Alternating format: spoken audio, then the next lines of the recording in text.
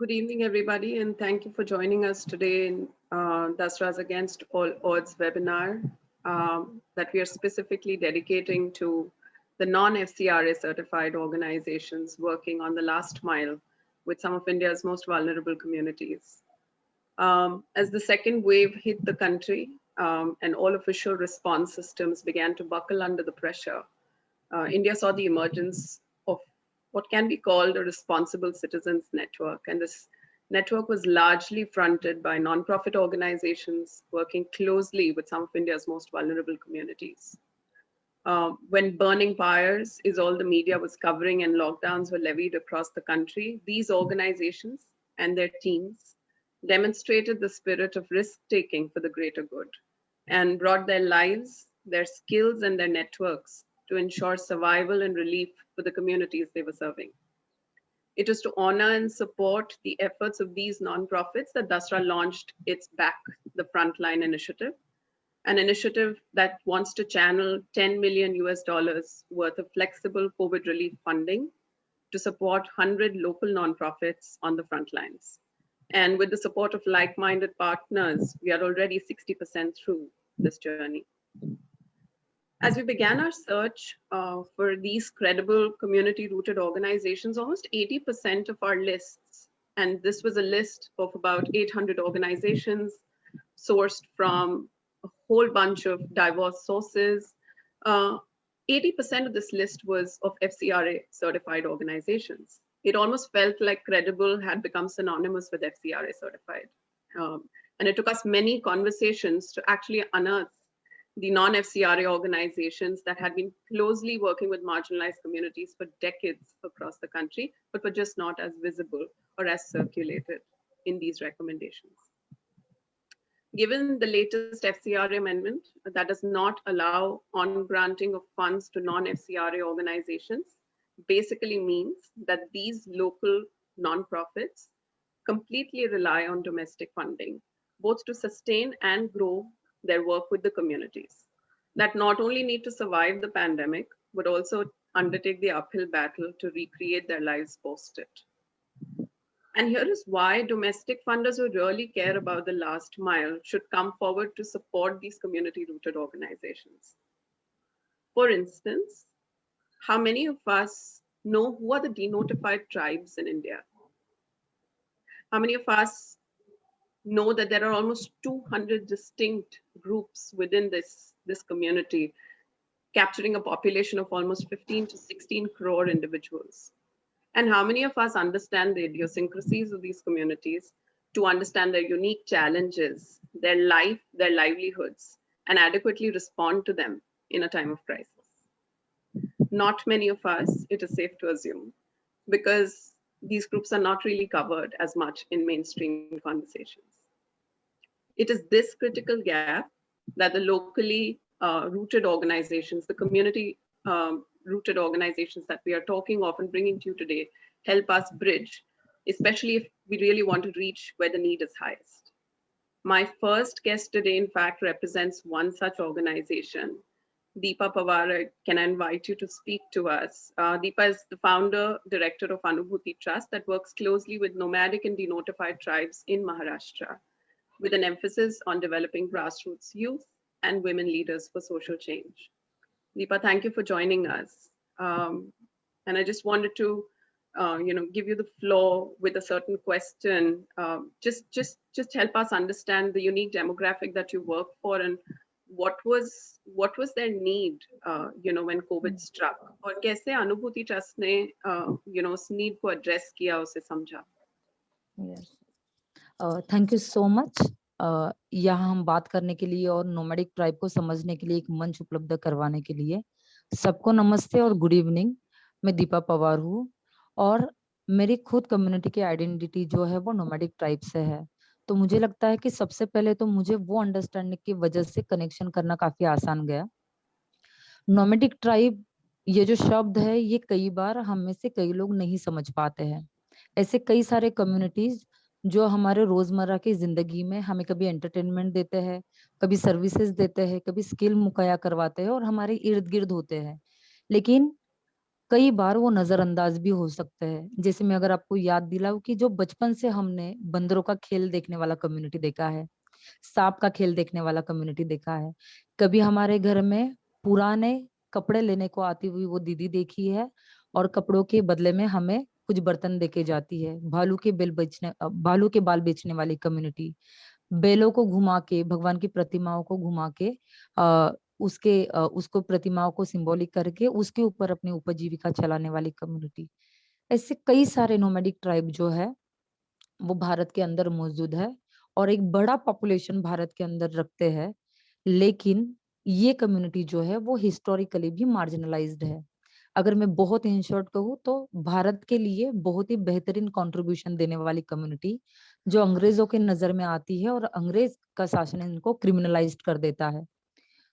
ये क्रिमिनलाइजेशन इस कम्युनिटी में एक तरह का स्टिग्मेटाइज किया गया है, आज भी है। और इनके जीने मरने के कई अपने अपने सवाल है। जैसे हम बहुत ज्यादा राशन स्टॉक नहीं कर सकते हैं, ऐसे स्टॉक करना हमारा कल्चर नहीं है। काफी मूविंग एटीट्यूड में रहते हैं, एक जगह से दूसरे जगह जाते हैं। अभी तक करीबन 98% पॉपुलेशन, कई रिसर्च बताते हैं, जो स्टेबलाइज नहीं हो पाए हैं। तो हम समझ सकते हैं कि जो रिसोर्सेज से कहीं दूर कम्युनिटी है, वंचित और मार्जिनलाइजेशन को रोज एक्सपीरियंस करने वाली कम्युनिटी है, उनके लिए पैंडेमिक और लॉकडाउन ये बहुत ही एक पराये शब्द साबित हुए। जहाँ पे एक कम्युनिटी अपने प्रिपरेशन में जुड़ गई थी, लॉकडाउन में हम किस तरह से डील करेंगे, लॉकडाउन यानी क्या, कोरोना के सिम्टम्स यानी क्या। ये एक बहुत बड़ा पॉपुलेशन था जो इससे अन्न भिन्न था, बहुत दूर था। और जब ये एक तरह की जानकारी यहाँ पे फैल गई तो सबसे पहले जो सवाल था वो रोटी रोजी का था। मैंने पहले ही कहा कि बहुत कम रिसोर्सेस के साथ, जीने के कम साधनों के साथ रहने वाली और अपना सर्वाइव करने वाली ये कम्युनिटी है। मुझे ये अंदाजा था कि पैंडेमिक लॉकडाउन का एक बहुत ही गंभीर परिणाम जो है वो इस कम्युनिटी के ऊपर होने वाला है। तो फरवरी से ही हमारे ग्रुप ने जो है इसके ऊपर चर्चा करना शुरू कर दिया कि भारत के अंदर अगर इस तरह की कोई भी वेव आती है, इस तरह की समस्या आती है, तो हम कैसे डील करेंगे। क्योंकि किसी भी तरह का रिसोर्स, सोशल, पॉलिटिकल लीडरशिप यहाँ पे नहीं है कि उस जानकारी तक जाए। तो अनुभूति ने काम किया, सबसे पहले भूखमरी का जो सवाल है उसके ऊपर काम करना, कि लोगों को पूरे महीने, पूरे लोग भूखे ना रहे, इसके लिए क्वालिटी फूड ग्रेन उन तक पहुंचाना, उनके दरवाजे तक पहुंचाना। क्योंकि ये कम्युनिटी गांवों के बाहर रहती है, शहरों के बाहर रहती है, मेन स्ट्रीमिंग की रफ्तार से कहीं दूर है। तो मुश्किल है कि शायद वो हमारे तक आ पाए, तो शायद हमें उन तक जाना पड़ेगा। जहां पॉसिबल था हमने ऑनलाइन ट्रांसफर किया। दूसरा काफी इंपॉर्टेंट काम ये किया कि हमने उनके साथ इस पैनिक सिचुएशन में, जब हमें जवाब नहीं मिलते हैं, जानकारी सही नहीं आती है, तो अफवाहें फैल सकती है, गलत जानकारी आ सकती है, हम कैसे डील करें और किस तरह से इस समस्या का सामना करें, उसके लिए एक पैनिक सिचुएशन यहाँ पे क्रिएट भी हुआ। जिसे हम कहे कि लगातार यहाँ से जो है एक लेबर का माइग्रेंट होना, गांव कस्बा छोड़ के जाना, या किस तरह से हम जी सकते हैं, इस तरह के सवाल निर्माण होना। तो एज अनुभूति जो है, हमारे साथियों ने सबसे पहले काम किया कि इस पैनिक सिचुएशन के ऊपर हम कॉर्नर्स मीटिंग लेकर, ऑनलाइन मीटिंग जहां पॉसिबल है वो लेकर, इंडिविजुअल काउंसलिंग कर कर इस पैनिक सिचुएशन को मेडिकल एस्पेक्ट में, वॉलेंस के एस्पेक्ट में, चाइल्ड सिक्योरिटी के एस्पेक्ट में, बुजुर्गों के एस्पेक्ट्स में, मेंटल हेल्थ के एस्पेक्ट में, सेफ वर्किंग स्पेस के एस्पेक्ट में, और इवन आने वाले दिनों में हमें सस्टेन रहना है, हमें जिंदा रहना है, हम समस्या से डील कर सकते हैं, ये एक moral support, emotional support, resource support को लेकर हम इनके साथ कायम रहे। ये कम्युनिटी के पास अपने कम्युनिटी रिसोर्सेज भी नहीं होते हैं। तो हमने कोशिश की कि अगर कोई इस कम्युनिटी को अगर फूड ग्रेन लाके देता है, जैसे मैंने कहा कि करीबन 16 करोड़ का पॉपुलेशन है इस कम्युनिटी का, तो एज ऑर्गेनाइजेशन हम यहाँ तक पहुंच पाए वो काफी दिक्कत का काम है। लेकिन फिर भी जो है वो गए साल हम महाराष्ट्र के 15 डिस्ट्रिक्ट के अंदर आज तक जो है हम 8,000 फैमिलीज तक पहुंच पाए हैं, जो बहुत कम नंबर है। अगर हमारी कैपेसिटी ज्यादा हो, हमारे पास और ज्यादा टीम और फाइनेंशियल सपोर्ट आए, तो हमें लगता है हम और नंबर कवर कर पाएंगे।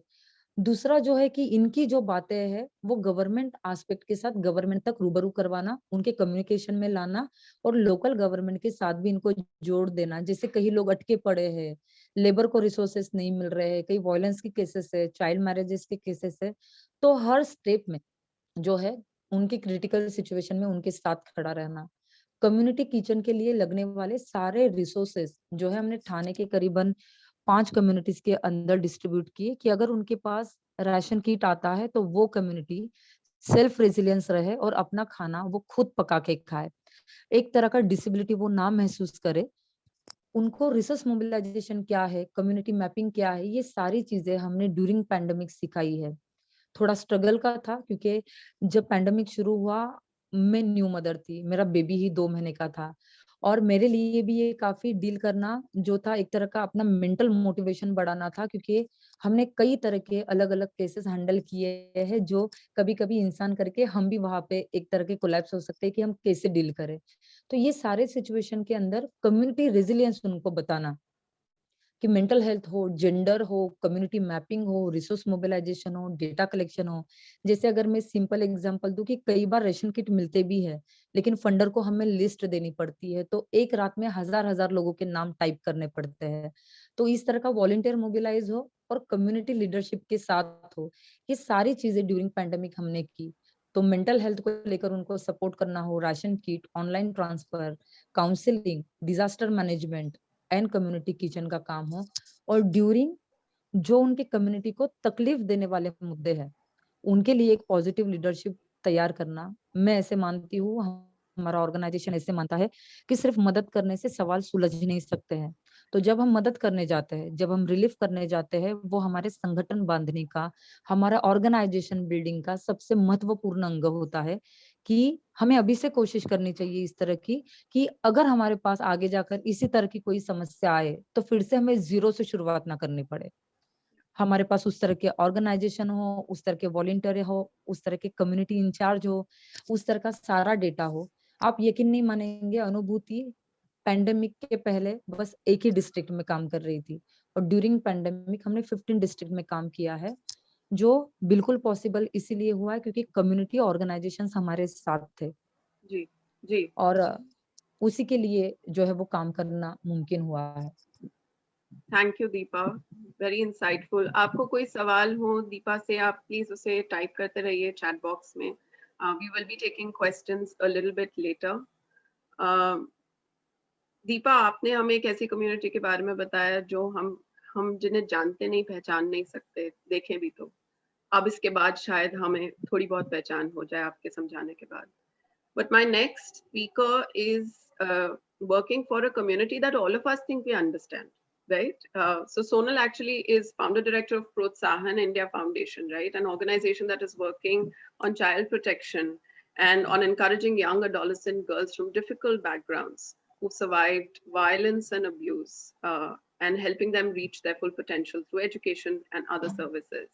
Sonal, बच्चे किसको समझ नहीं आते, right? That's the commonsensical understanding, but there is such a fine line and such a deep one still between children and children at risk. So what was the challenge you had to face when the pandemic struck, and how did your organization react to that? Um, Thank you first up for giving us the platform to just put our voice forward. I think when we've been working as Protsahan, we've been working for the last 11 years on the same issue.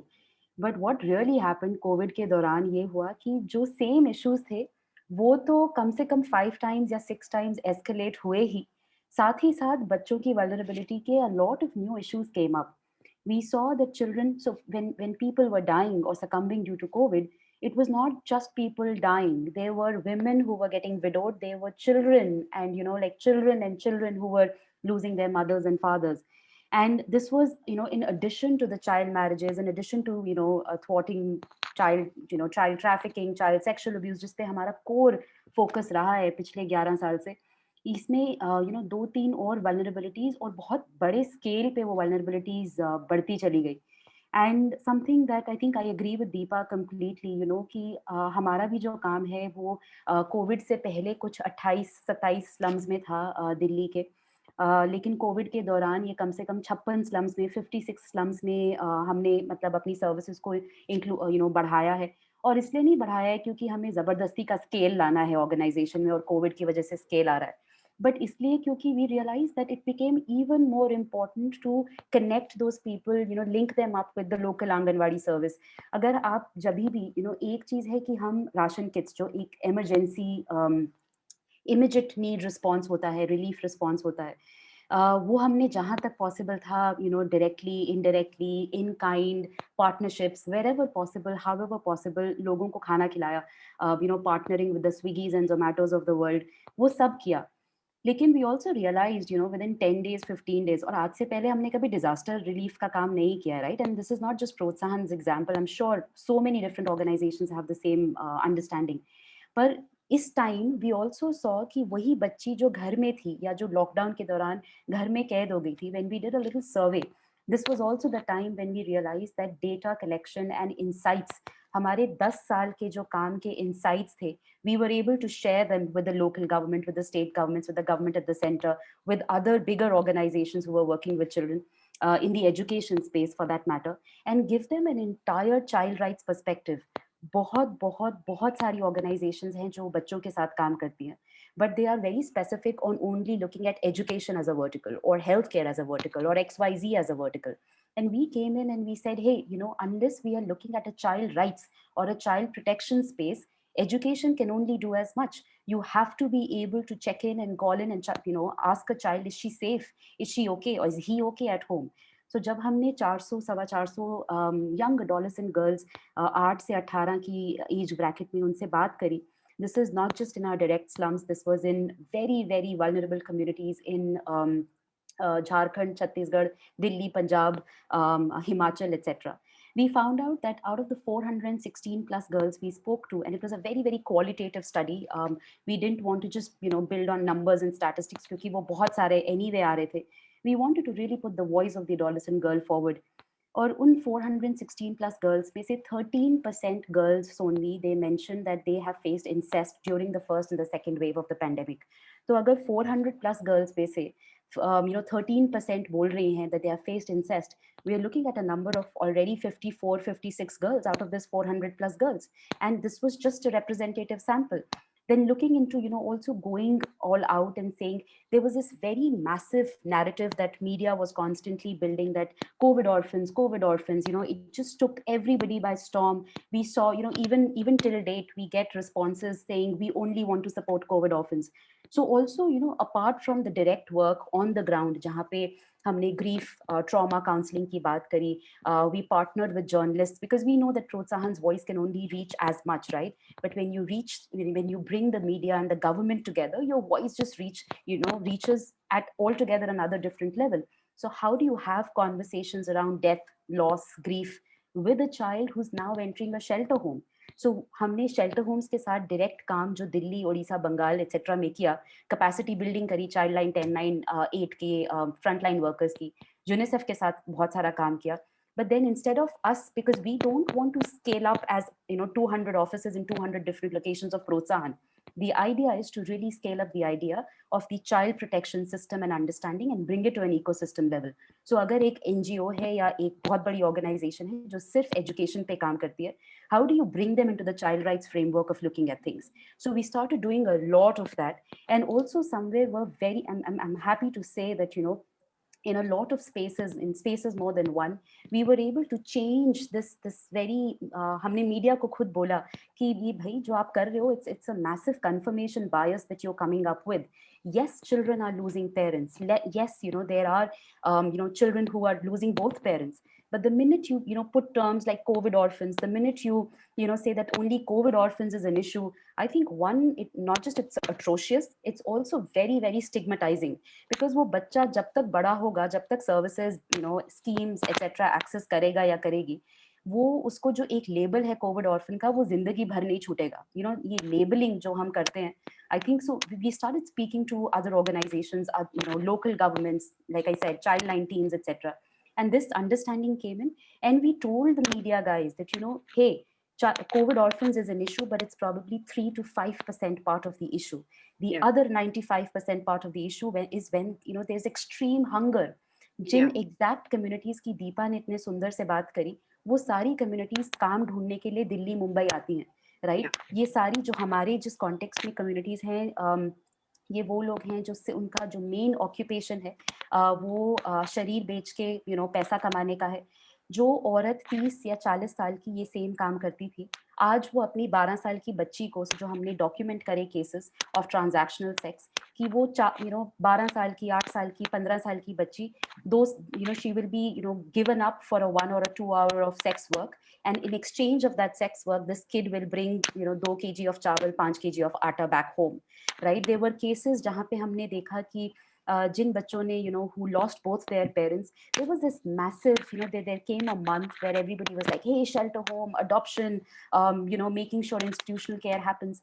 And we were the ones who were saying, along with a lot of other credible child rights organizations, that we have to look at this problem in a rights-based perspective, not just in a needs-based perspective. We have to look at the intersectionality of what the child is going through, rather than, hey, this is my strength as an organization or as a government, and this is what I can do.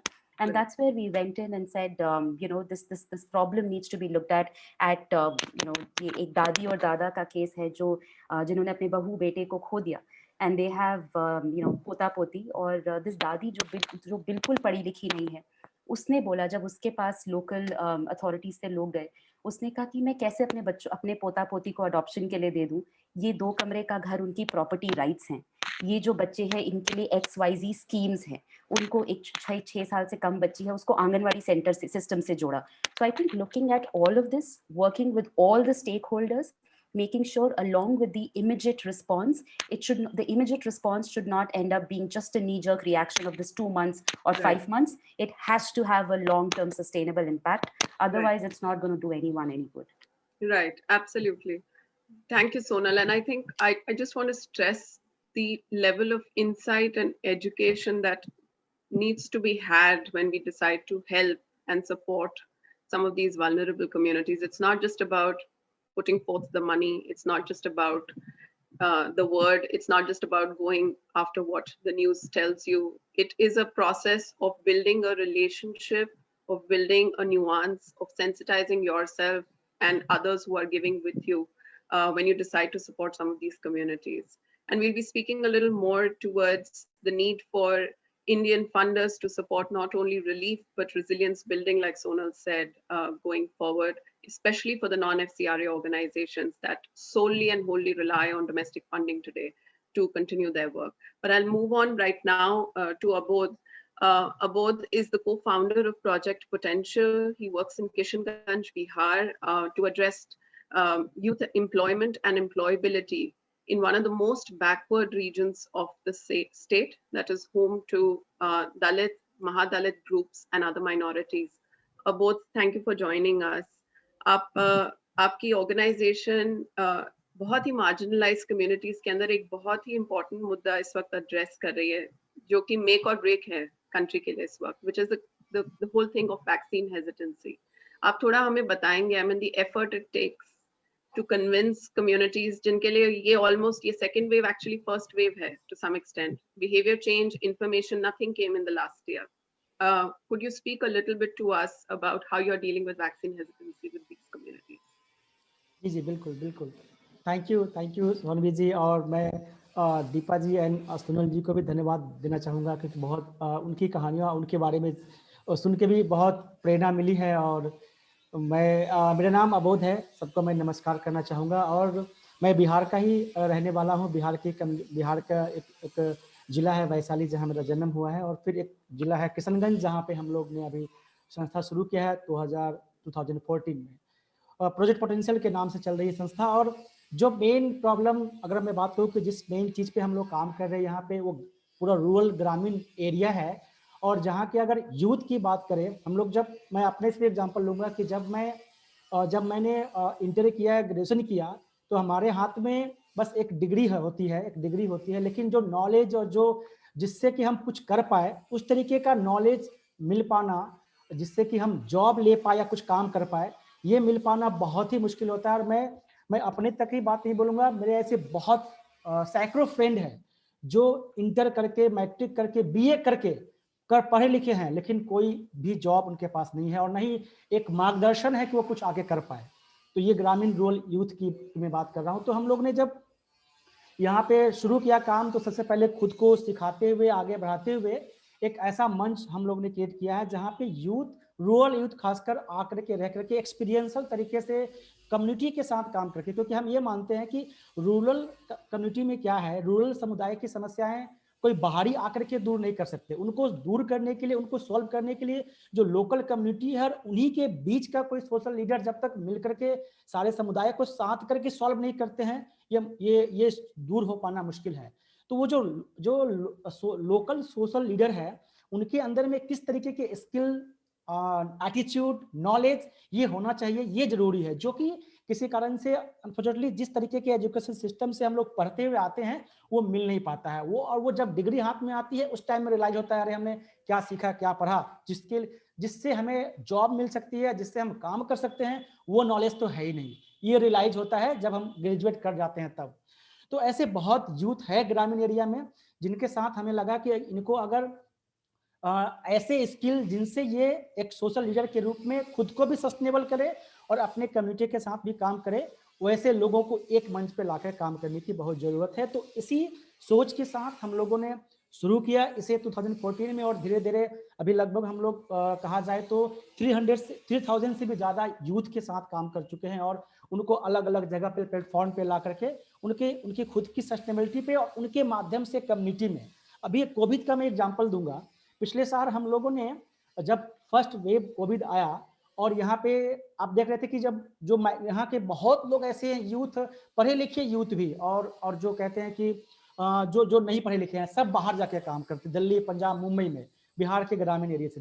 जिस zone में मैं हूँ ये Seemanchal zone है, बिहार के सबसे पिछड़ा zone Seemanchal, और सीमांचल में भी एक ऐसा जिला किशनगंज जो बहुत पीछे है, इस जिले में हम लोग काम करते हैं। तो यहाँ के बहुत लोग माइग्रेंट है, बाहर काम करते हैं। तो पिछली बार जैसे ही मालूम हुआ कि कोरोना है, पेंडेमिक है, लोग पैदल वैदल आप देखते होंगे न्यूज में, सब भागे आ रहे हैं, चले आ रहे हैं, सब लोग भाग करके यहाँ मतलब कि आ गए।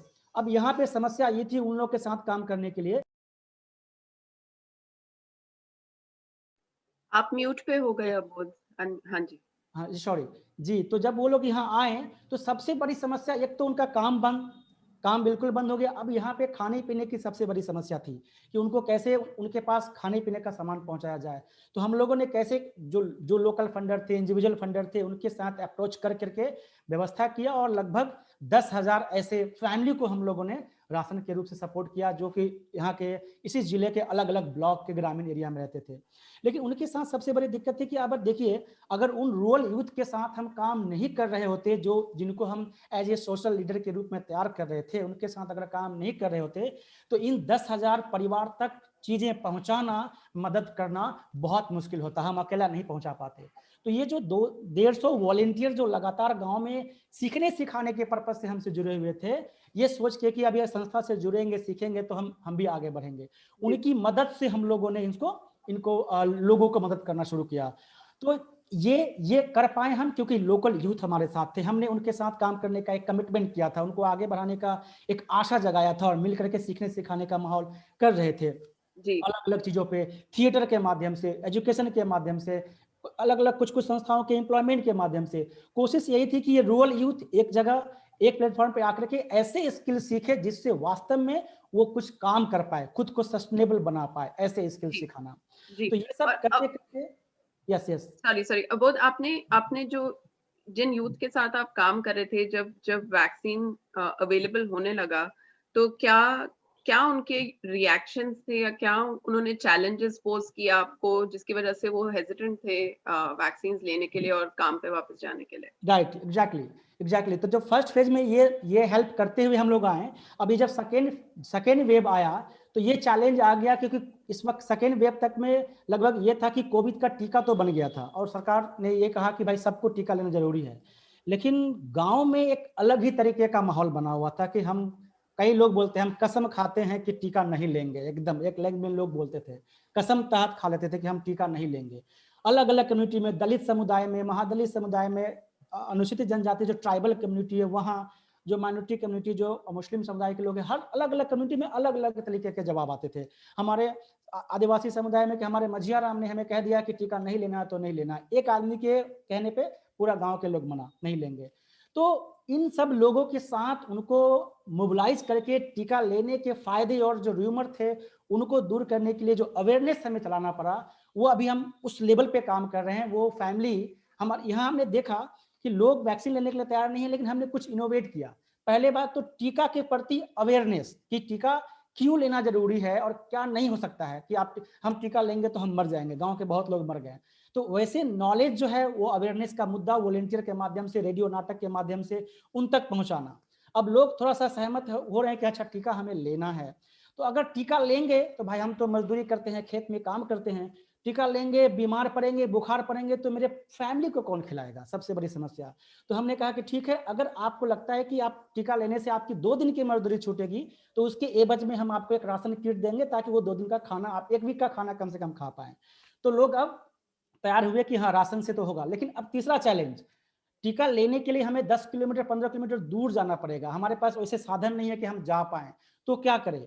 तो उस सिस्टम में फिर पीएचसी से, डॉक्टर से, एएनएम से बात करके टीका उनके गांव तक ही पहुंचाना। भाई टीका ही आपके गांव में आ जाएगा, आपको जाना नहीं पड़ेगा, तो वो व्यवस्था करना। तो जब ये किया तो अब कुछ लोग बोल रहे हैं कि भाई हमारे कुछ फैमिली लोगों ने टीका लिया, बीमार पड़ गए, अब क्या करें, दवा उनको नहीं मिल पा रहा है। तो हमने आधारशिला एक संस्था है दिल्ली की, उनसे बात करके टेलीमेडिसिन के माध्यम से मेडिसिन भी उन तक पहुंचाया कि अगर आप बीमार पड़ते हैं या आपको टीका लेने के बाद बुखार पड़ता है तो वो दवा भी हम आपको आपके घर तक पहुंचाएंगे। तो ये अलग लेवल से, मतलब अवेयरनेस से लेकर के ट्रीटमेंट सपोर्ट, यानी अगर बीमार पड़ते हैं टीका लेने से तो वहां तक का सपोर्ट का एक चैनल जब हमने उन्हें बनाया तो अब धीरे धीरे लोग वैक्सीन लेने के लिए तैयार हुए हैं। अभी तक लगभग हम लोग, हमारे वॉलेंटियर ने गांव में और लोगों को जागरूक करके, तैयार करके और राशन की भी सपोर्ट से लगभग 2000 से भी ज्यादा लोगों को टीका दिलवा दिया है। लेकिन हमारा गोल ज्यादा है क्योंकि बहुत बड़ी कम्युनिटी है।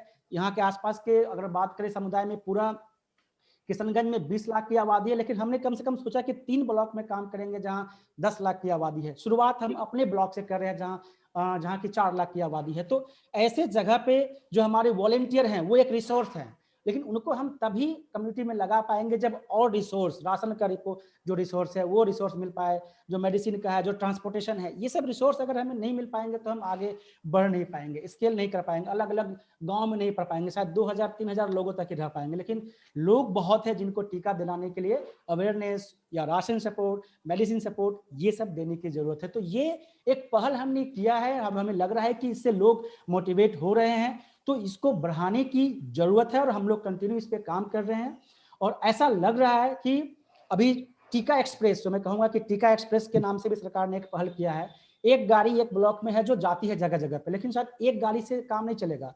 यहाँ पे पूरा 300 विलेजेस हैं, एक गाड़ी कितना जाएगी, तो लोगों को पहुंचाने के लिए और ऐसी गाड़ियों को लाने की जरूरत है और मेडिसिन लाने की जरूरत है। तो अलग अलग चैलेंजेस अभी भी है, लेकिन जिन तरीके से हम आगे लोगों को वैक्सीनेशन ड्राइव में हेल्प कर रहे हैं वो हमें लग रहा है कि यहाँ सफल हो रहा है। उसका डेटा हमारे पास है कि जब पहले दिन 5% लोगों ने वैक्सीन लिया था, जब हमने वहाँ वैक्सीनेशन ड्राइव किया तो अभी वो डेटा वहाँ पे वैक्सीनेशन लेने वाले लोगों की संख्या 40% पहुंच गई है। तो धीरे धीरे ये जो डेवलपमेंट, ये जो प्रयास हमारे पहल से हो रहा है, मुझे लगता है कि अधिक से अधिक गांव में करने की जरूरत है और हमारी पूरी टीम इसी को करने के लिए लगी हुई है। अलग अलग लेवल पे चैलेंजेस है, लेकिन हम फिर भी अप्रोच कर रहे हैं अलग अलग लोगों से ताकि हम इस मुहिम को आगे बढ़ा पाए। जी, और ये जो मोमेंटम पकड़ा है काम ने अबोध, एक नॉन एफसीआरए सर्टिफाइड ऑर्गेनाइजेशन होने की वजह से क्या चैलेंज आता है इस मोमेंटम में, इस मूवमेंट में?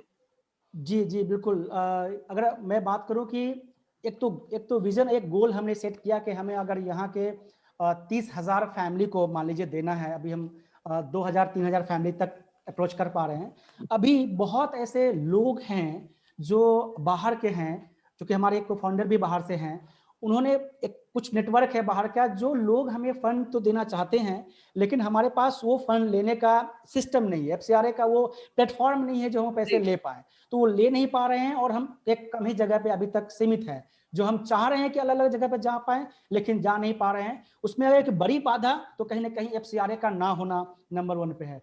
दूसरा, और मैं कहूँ कि जिस तरीके के क्षेत्र में, जिस तरीके के पिछड़े इलाके में, बिहार वाले इलाके में, बिहार के भी सबसे पिछड़े वाले जोन में हम लोग हैं, यहाँ पे बड़ी बड़ी कंपनियां नहीं हैं, बड़े बड़े ऐसे बिजनेसमैन नहीं है जो जिनका काम यहाँ चलता है।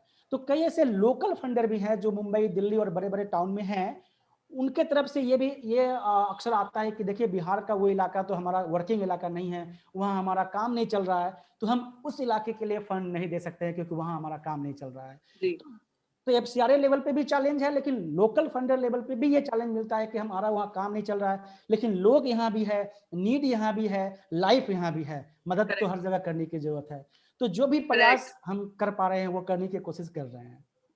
Yeah, I think that's a really important point, Abodh. I think I'd like to double click on this. Funding, especially in the country, tends to go to the backyard because it's more convenient, it's more visible, it's impacting you on a daily basis because you're able to hear it or see it or feel it. I think there is a pretty rich ecosystem that can educate and inform funders today on where the need is high or higher than the backyard. And I think there is a great urgency for us to diversify our giving to some of these areas, these areas which will never make it to the mainstream, which will never be spoken of on a daily basis.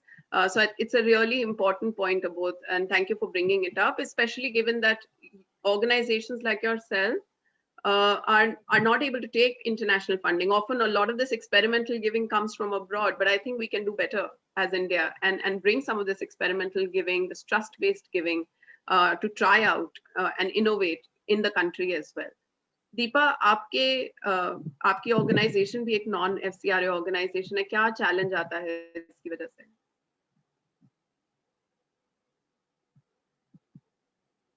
Mute पे,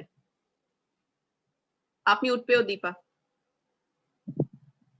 yes, okay, yes, अभी आया? बिल्कुल okay, sorry, yes. मैं काफी brief में बताती हूँ। सबसे पहले तो हमें समझना पड़ेगा कि FCRA किसके पास नहीं है। तो FCRA ग्रास रूट ऑर्गेनाइजेशंस के पास नहीं है। ग्रास रूट ऑर्गेनाइजेशन जो उस ग्रास रूट आइडेंटिटी से आते हैं, जो अपनी बस्तियों को, अपने कस्बों को, पहाड़ों को और बेहतरीन तरीके से समझते हैं, एक लीडरशिप वहां पे जो है वो डेवलप कर सकते हैं। फॉर एग्जाम्पल अगर आप मेरा एग्जाम्पल लेंगे तो ये काफी चैलेंजिंग है अपनी बस्ती में से, अपने गांव में से उभर कर एक ऑर्गेनाइजेशन फॉर्म करना और उसे सस्टेनेबल रखना।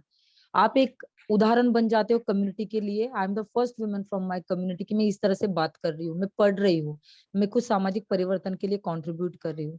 तो मुझे लगता है कि NGO संगठन ये बहुत इंपॉर्टेंट स्टेक होल्डर है और ये स्टेक होल्डर समाज परिवर्तन के अंदर बहुत ही महत्व का अहम जो है परफॉर्म प्ले करते हैं।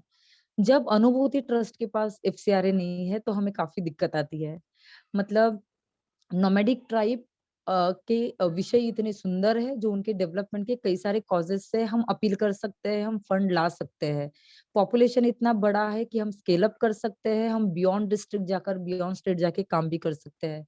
लेकिन मेरे जैसे ग्रास रूट ऑर्गेनाइजेशन जहाँ पे लैंग्वेज के बैरियर है, टेक्नोलॉजी बैरियर है और वहाँ पे FCRA जैसे बैरियर जब और जुड़ जाते हैं तो एक तरह की ऑर्गेनाइजेशनल डिसेबिलिटी हमें फील होती है कि क्या हम अपने आप को सस्टेन कर पाएंगे। हमारे पास इतना बड़ा वॉलंटियर फोरम है, हमारे पास लोग हैं जिनकी जरूरत है, हमारे पास लोग हैं जो नेतृत्व में आना चाहते हैं, हमारे पास ऐसी औरतें हैं जो अपने बस्तियों में, अपने गाँव में एक नया उदाहरण साबित होना चाहते हैं। लेकिन FCRA एक बहुत ही बिग हर्डल बन जाता है, एक ऑब्स्टेकल बन जाता है जिनको चैलेंज करने के लिए हम थोड़े असमर्थ या हमारी कैपेसिटी कम पड़ जाती है। न्यू FCRA अमेंडमेंट ने और तकलीफें बढ़ा दी है। पहले तो FCRA सर्टिफिकेट ही नहीं था, बनाना भी मुश्किल है, उसके वैलिडेशन, ड्यू डिलिजेंस और सारी प्रोसेस में खरा उतरना, इट्स बिग चैलेंज। उसके बाद अमेंडमेंट जो आता है वो हमें सब ग्रांट भी अलाउ नहीं करता है। तो आप समझिए मेरी जैसी जो एक ग्रास रूट विमेन है, जो नोमैडिक ट्राइब के भीतर के और कम्युनिटी के आउटसाइडर के भी कई स्टीरियोटाइप ब्रेक कर कर एक उदाहरण साबित करती है कि इस तरह से रहा जा सकता है। एक जेंडर जस्टिस का, एक मेंटल जस्टिस का, एक अपनेपन का, एक सेल्फ एजेंसी का माहौल क्रिएट किया जा सकता है। और वो ऑर्गेनाइजेशन अगर सस्टेन होने के लिए दिक्कतें आती है तो एक सेल्फ मोटिवेशन भी जाता है, ऑर्गेनाइजेशनल मोटिवेशन के ऊपर असर होता है।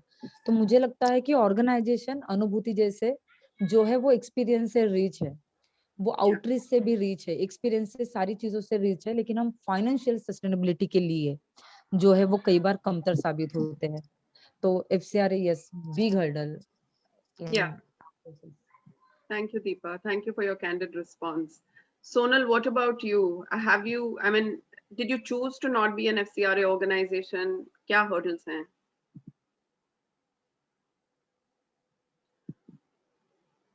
Can we help unmute, please? I think there's an unmuting issue. Thank you. Yes, thank you, Sonvi. I think maybe 2 points I'd like to keep on the table here. You know, it's not that out of choice we don't have FCRA. I think for the longest time, you know, jab aap, we started when I was very young, and you know, आप NGO sector से ज़्यादा आपको समझ नहीं होती है. आप सिर्फ काम करना शुरू करते हो क्योंकि आपको एक छोटी बच्ची को brothel जाने से बचाना है. And at least that's how our journey started at Protsahan. तो कुछ शुरू के 3-4 साल तो आप सिर्फ यू नो ब्रॉथल्स में काम कर रहे हो या स्लम्स में बच्चों को उनका शोषण ना हो, you know absolutely trying at every possible level to not have the dignity of a child ridiculed at any level. तो 4-5 साल तो उसी में निकल जाते हैं. By the time you understand oh there's a process of FCRA etc, you start understanding and navigating those structures is when you know, and we are in the process of it all. But I think we have to make it very clear. It's not that, you know, organizations like ours are not getting FCRA or, you know, it's becoming a lengthy process because hum compliance nahi kar sakte hain. It's, we have, you know, the access points. It's just that, you know, that sometimes, you know, just when you're about to reach that 5 steps to like really conquer something, those last 5 steps is when you need the maximum support. And I think this, I would rather look at it not as a threat at any level, but as an opportunity. Ki jahan pe hum, you know, after in the last 2 months, we've been constantly speaking to the media, constantly speaking to the government, trying to get them on board with us, you know, what the child rights perspective of things should be, and so on and so forth. So we've got calls and emails from, you know, scientists from NASA. It just amazes me sometimes, you know, from, you know, some of the best investment banks from Switzerland, and so I honestly sometimes I haven't even heard half their names. And when they say that, you know, we want to give you X amount of $1 million, and you're like, hey, we'll have to wait for a bit. It's not because we want to wait because we don't have the capacity or the understanding or the sense to do governance or compliance. Sometimes it's just those 4-5 steps to, you know, get to that level. So that is one. And I think two, we also need to very clearly understand that this you know, this is the time when the Indian funders, the Indian CSRs need to look at it not from just a needs-based perspective of providing rations. It has to be looked at from not just a, like a knee-jerk response of, you know, agar is bacche ke paas ABC nahi hai to usko bas wo provide kara ke kit dekar khatam ho gaya. This has to be a long-term sustainable work, because we are looking at a sea, like literally a sea of broken children, you know, in the next 3 to 5 years. I'm not even going 20 years hence. Just in the next 3 to 5 years, children who've lost, you know, one or both primary caregivers, children who are now, there is a case, you know, one of the direct cases that we are handling, where the mother, so the parents of the children are not dead. The mother who is stuck to bed because of COVID, very severely sick. The father now, who does not have access to his wife for sex, has started raping his 5, 6, and 14-year-old daughters. And we are trying to provide them the child protection space, you know, in the community. You know, when cases like that happen, they take more than just an Excel sheet to plot the success of how this case was followed up. Sometimes it takes 3 months, sometimes it takes 2 months. And there are thousands of such cases that we are looking at on an everyday basis in our direct 56, 55 slums where we are working, and with a lot of other partner organizations that we are helping them navigate the entire, you know, protection framework for children. So I think this is just the time when, you know, for the next 1 or 2 years, we need that support from the Indian funders to come on board, show us their support and solidarity, and say, hey, okay, if no FCRA, we are right here, you know, because you guys are credible. You guys have done the work in the last decades, few decades, and we are right here to support you in the next 1-2 years until you take the flight off. Thank you, Sonal. Thank you for that. Do we have any questions? Medha, would you like to share them with us? Sure, thanks, Sonvi. I think we can actually start with Meju from industry has asked us a question which is directed to Deepa. Deepa, are the communities you work with only DNTs, denotified tribes? Do they have caste certificates, access to children's education, access to ration cards and other entitlements? There has been some great work done in Tamil Nadu by some friends. Over to you, Deepa. Yes, thank you. तो काफी अच्छा point हमारे साथी ने मुझे याद दिलाया है, जो मेरे प्रेजेंटेशन में रह गया था. हमारा मेजर काम जो है वो नोमैडिक ट्राइब और डिनोटिफाइड ट्राइब विजेंटिक्स के साथ चलता है. काम का अलग जो भाग है वो अलग रूरल एरिया, अर्बन स्लम्स में भी चलता है, लेकिन फोकस्ड वर्क जो है वो नोमैडिक ट्राइब के साथ है. जैसे मैंने प्रेजेंटेशन में बताया कि बहुत ही मूविंग एटीट्यूड है, कम रिसोर्सेज के साथ रहते हैं, डॉक्यूमेंटेशन बिल्कुल भी नहीं है, मतलब दस्तावेज हमारे पास बहुत कम मात्रा में होते हैं। तो कास्ट सर्टिफिकेट को जिस तरह के वैलिडेशन की जरूरत है वो वहां तक हमारे बच्चे नहीं पहुंच पाते हैं। आप मेरा एग्जांपल ले सकते हो, मेरी पूरी पढ़ाई ये पैसों के साथ मुझे करनी पड़ी है, जबकि मुझे एजुकेशन रिजर्वेशन भी है, लेकिन वहां तक पहुंचना बहुत ज्यादा मुश्किल है। डॉक्यूमेंटेशन हमारे पास है ही नहीं। डॉक्यूमेंटेशन निकालने के लिए जो एक सोशल गट्स की जरूरत होती है कि अधिकारियों से जाके रूबरू होके आपको जो एक दस्तावेज निकालना पड़ता है, उतना कहे तो एक डेयर भी कम्युनिटी को एक हायरार्की ने नहीं दिया है। तो हमारा काम साइमल्टेनियसली उस पर भी चलता है, लेकिन हमारे बच्चे इसीलिए कई बार प्राइमरी तक ये फर्स्ट जनरेशन तो पढ़ पाती है, लेकिन हायर तक जाते हैं तो ड्रॉप आउट का एक बिग रेट जो है वो फाइनेंशियल क्राइसिस की वजह से है और लैक ऑफ कास्ट सर्टिफिकेट की वजह से भी है। तो कास्ट सर्टिफिकेट मतलब गाड़िया लाहौर कम्युनिटी पे दिल्ली में एक सर्वे हुआ था, जो हमारे कुछ साथियों ने किया था वहां के, तो वहां पे करीबन 95 to 98% लोगों के पास कास्ट सर्टिफिकेट है ही नहीं। तो आप समझ सकते हो कि कितना कम रेंज है यहाँ पे डॉक्यूमेंटेशन होने का।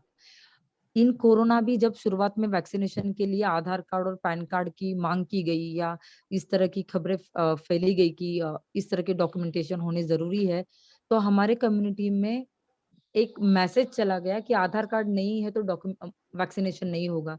तो हमें उसके ऊपर कैंपेन करना पड़ा कि अभी सुप्रीम कोर्ट का एसओपी आया है जिसके लिए किसी भी डॉक्यूमेंटेशन की जरूरत नहीं है। तो डॉक्यूमेंटेशन ये नोमैडिक Yeah, ट्राइब के प्रोसेस के अंदर का एक बहुत बड़ा हर्डल है। yeah. Thank you. Thank you, Deepa. Anand, you had your hand up. Would you like to present your question? Hi, can you hear me? Yes. Just want to check if we have anyone in the panel who would like to discuss about any initiative pertaining to LGBTQ community today. LGBTQ communities. Any of the organizations working with these communities? Yes. Please go ahead. Yes, LGBTIQ की जो community है वो एक ऊपरी तह पे बहुत अच्छे से डिस्कस होती है, उसको लेकर एक मूवमेंट है, एक बातचीत होती है। लेकिन जो LGBTIQ की कम्युनिटी नोमैडिक ट्राइब के अंदर और कहीं और भी मार्जिनलाइजेशन के अंदर रहती है, वो एक मेन स्ट्रीमिंग डिस्कशन का भाग नहीं है। तो अनुभूति ने जो रिलीफ वर्क का काम किया है, हमने सेक्सुअल माइनॉरिटी जो है, जो पेंडेमिक में एट रिस्क है, उन तक रिलीफ पहुंचाने का काम किया है। क्योंकि ये जो है वो हमारे फोक आर्टिस्ट है, वो कई सारे आर्ट परफॉर्म करते हैं, लेकिन कम्युनिटी से भी और आउटर कम्युनिटी से भी बहुत निग्लेक्टेड रहते हैं बिकॉज ऑफ सेक्सुअल आइडेंटिटी। तो उनके साथ जुड़कर हमने गए वेव में भी काम किया था, और ये मंथ तो LGBTIQ का प्राइड मंथ है, तो उसको लेकर भी हमारा जो है वो काम चला है। Thank you. There's another. Would you like to? Any of the other participants? Would you like to? I'll just like to quickly add on to what Deepa said that Twitter पे एक हैशटैग लगा के conversation करना and feel करना कि एक movement है, वो बहुत परे बात है। जब आप ग्राउंड लेवल पे आते हो, हम सिर्फ जेंडर की जब कॉन्वर्सेशंस करते हैं ग्राउंड लेवल पे बच्चों के साथ और बहुत बड़े स्तर पे करते हैं, हम देख रहे हैं इवन जब शेल्टर होम्स में अब we have started speaking and having conversations, जो session grief loss trauma death counselling से शुरुआत होता है, बच्चे खुद ऐसे सवाल पूछते हैं जो जेंडर की तरफ चले जाते हैं। And I think just having in whatever we do, we make sure this aspect of gender justice goes to the last mile. वो बच्चा जो बिल्कुल आखिरी तबके पे है, उसको समझ आए कि हाँ, जब इवन मैं LGBTQ से भी एक कदम और पीछे जाके, कि अगर एक लड़का, अगर उसको अपने बाल एक सर्टेन तरीके से करने पसंद हैं, या मुझे अगर लंबे बाल नहीं पसंद हैं और छोटे बाल पसंद हैं एज अ गर्ल, तो then it's my choice. I think looking and making sure that everything that we're doing with our children or with our communities, choice and rights-based perspective is absolutely there. So that's something that we very, very deeply believe in and do with all the children, the gender-based work. There is another question around leveraging government funds for some of the work to fill the gap, that a lot of non-FCRA organizations face. What is the status or challenge around that? What are even the pots that are available to begin with? Translate करेंगे तो मुझे अच्छी तरह समझेगा। हाँ दीपा जरूर, sorry. उन्होंने पूछा कि जो गवर्नमेंट के भी कुछ फंडिंग ऑफरिंग्स होती हैं, तो क्या एनजीओज जो जिनके पास इंटरनेशनल फंडिंग नहीं होती, क्या वो गवर्नमेंट की फंडिंग को लेवरेज कर सकती है कम्युनिटीज को सपोर्ट करने के लिए? हमारे अनुभव में कुछ ऑर्गेनाइजेशन बिल्कुल गवर्नमेंट फंडिंग लेती है। एज अनुभूति हमने वो अपना क्राइटेरिया नहीं रखा, क्योंकि गवर्नमेंट फंडिंग आने का प्रोसेस, पास होने का प्रोसेस, वहां पे टेंडर और ये सारी प्रोसेस से जाने का एक प्रोसेस जो है वो बहुत हेडेक होता है। दूसरा वेरी इंपॉर्टेंट कि गवर्नमेंट प्रोसेस के अंदर आपको आपका राइट बेस्ड अप्रोच जो है वो कई बार उसका एक मॉडिफिकेशन करना पड़ता है। राइट बेस्ड अप्रोच के लिए मतलब गवर्नमेंट के जो प्रोग्राम चलते हैं वो कई बार सर्विस बेस के लिए काफी चलते हैं, जैसे हेल्थ सैनिटेशन सर्विस के एस्पेक्ट में। राइट्स के एस्पेक्ट में उस तरह की नजरिया थोड़ा सा कम दिखता है। तो जिस तरह से सोनल ने कहा या अनुभूति है, हम राइट बेस्ड ऑर्गेनाइजेशन है, तो हमारा उस तरह का कोलेब्रेशन उस प्रोजेक्ट में नहीं हो पाता है। दूसरा है कि फंडिंग का जो अमाउंट है वो इतना ज्यादा अनडिग्निफाइड होता है, जो वो जिसे हम कहे कि वो प्रोजेक्ट के लिए वो इनफ ही नहीं होता है, बहुत ही कम। जैसे हम कहे कि 20 रुपए में हम पेट भर के खाना खा सकते हैं, वो एटीट्यूड से काम करना थोड़ा सा मुश्किल हो जाता है। तो एज अनुभूति करके हमने वो क्राइटेरिया में अपने आप को कभी नहीं देखा। बोथ सोनल, वुड मैं यू लाइक टू मैं शेयर? छोटा सा और पॉइंट डालूंगी इसमें, जो आई थिंक दीपा ने बोला कि एक होता है अनडिग्निफाइड अमाउंट और एक होता है जब गवर्नमेंट आपके पास आके, so for example we have some very very good relationships with the state governments, you know, and we've been partnering with a lot of local shelter homes, also with, you know, different state commission for protection of child rights, also with NCPCR at different levels in the past. But somewhere we are realizing and we are seeing कि हमको बोला जाता है कि 18 shelter homes में काम करना है फ्री में कर दो, या 18-15 शेल्टर होम्स में एक स्टेट में काम करना है, दूसरे में 35 शेल्टर होम के काउंसलर्स को ट्रेन करना है on trauma informed approaches of how you work with children in complete distress.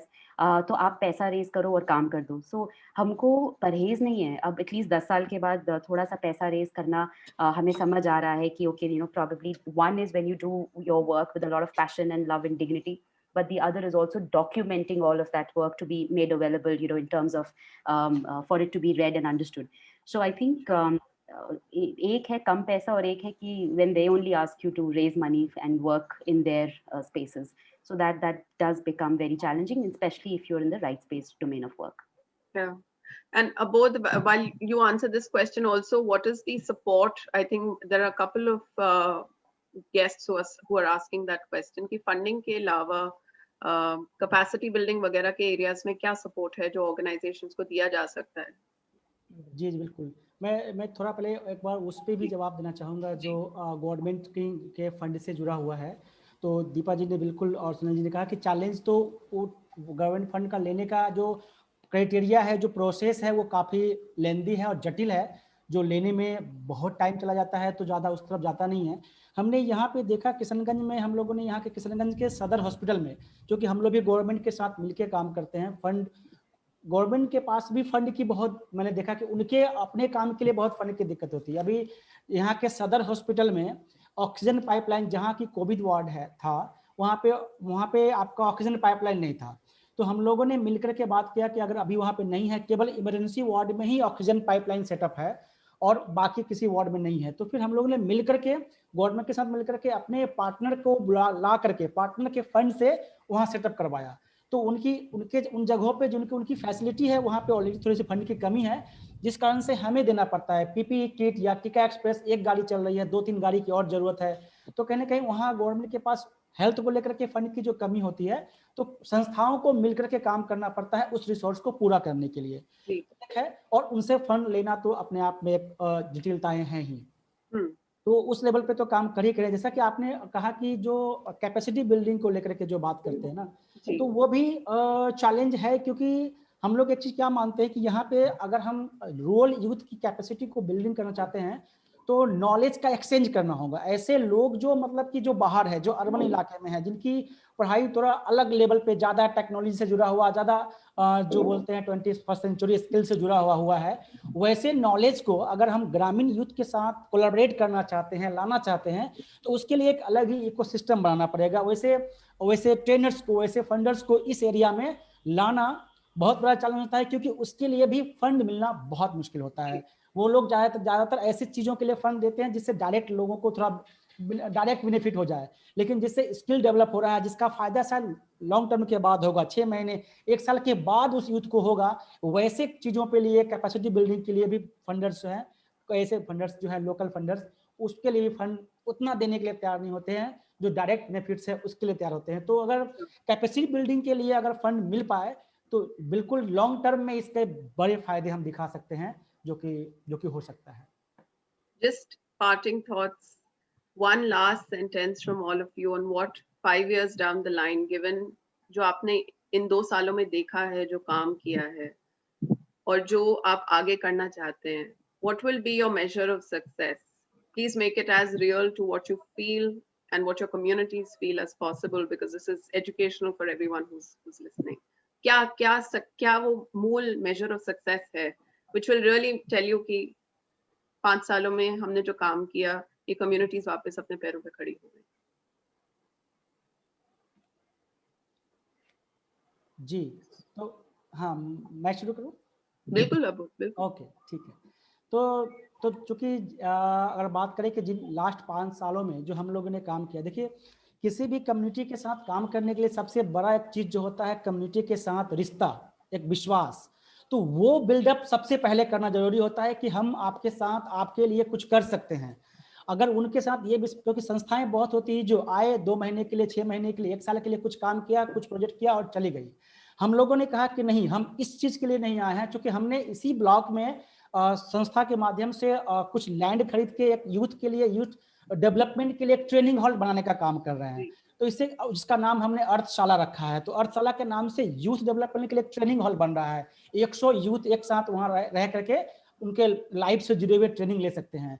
तो जब ये सब चीजें बन रही हैं तो लोगों का एक विश्वास डेवलप हुआ है, कम्युनिटी का एक विश्वास डेवलप हुआ है, ये संस्था यहाँ आई है तो ये हमें सस्टेनेबल बनाने के लिए, हमारे कम्युनिटी की जो चैलेंजेस हैं उसको दूर करने के लिए काम करेगी। और हमने ये कहा कि हम ये कैसे करेंगे, हम आप ही के साथ मिलकर करेंगे। आपके समुदाय के जो यूथ है, जो युवा वर्ग हैं, जो जिनका इंटरेस्ट है सोसाइटी के लिए काम करना, उनकी कैपेसिटी बिल्डिंग करके हमें आपके साथ काम करना है। तो एक रिश्ता डेवलप हो गया है यूथ के साथ, आउटरीच करके हमने एक समूह बनाया है कई सालों में काम करके।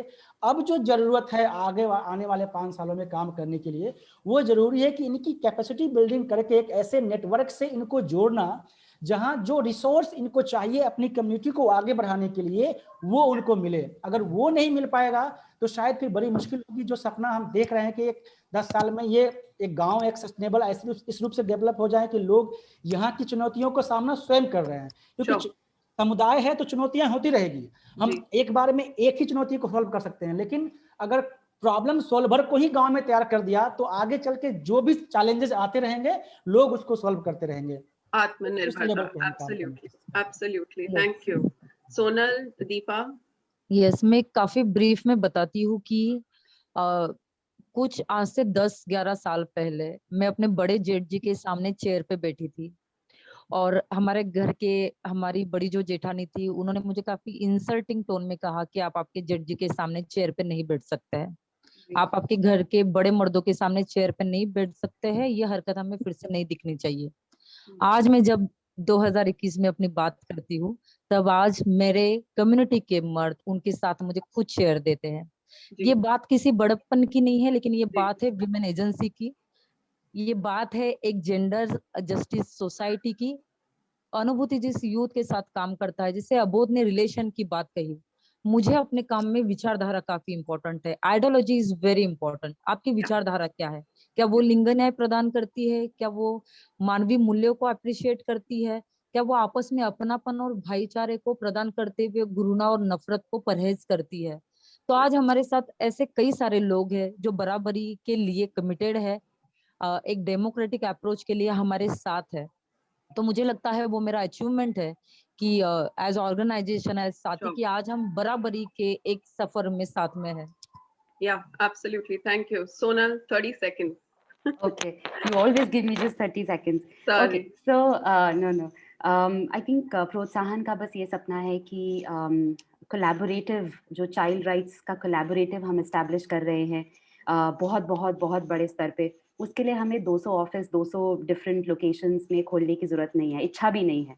पर हम चाहते हैं कि जो पूरे POCSO, protection of children against sexual offences, juvenile justice, हम जितने भी लॉज की बात करते हैं, जितने भी साइको सोशल और लीगल लेंस की बात करते हैं अपने बच्चों के लिए, देश भर के बच्चों के लिए, वो हम हर education based, health care based, जो एनजीओ है, स्कूल है, शेल्टर होम्स, हमारा जो बहुत क्रिटिकल एक एस्पेक्ट है right now, specially after the second COVID wave और थर्ड कोविड वेव के, हम पीडियाट्रिक्स से भी बात कर रहे हैं कि how it will impact our children.